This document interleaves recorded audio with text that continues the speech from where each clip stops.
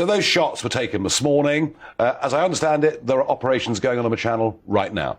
Yes, that's right. First boat came in just at first light this morning and still out in the Channel this evening. It's still going on. The Border Force catamaran Hurricane is out there at the moment, Nigel. It's been out there for about 4 hours in the same type of area. We think they've maybe picked up 3 boatfuls and we'll be heading back to Dover at some point in the near future. I mean, great to see the French stabbing one of the boats. I'm delighted. But you know what? If you look at that coastline from which those boats launch, it's certainly over 40 miles long, and it could be even longer than that, possibly. Hundreds of square miles of sand dunes.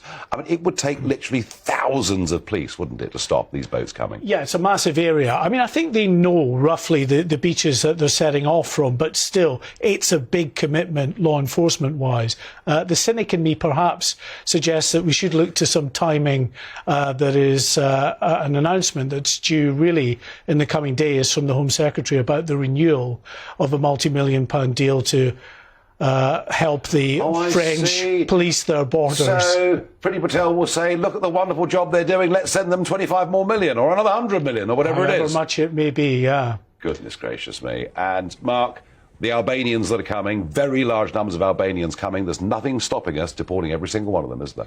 No, well, I mean, having watched this whole crisis grow over the years, Albanians now, I've seen it when there were Romanians and Bulgarians coming across when they weren't in the European Union. Vietnamese, lots of African nations, they're all represented. They're not fleeing war-torn countries. They are fleeing poverty, perhaps, in their own countries.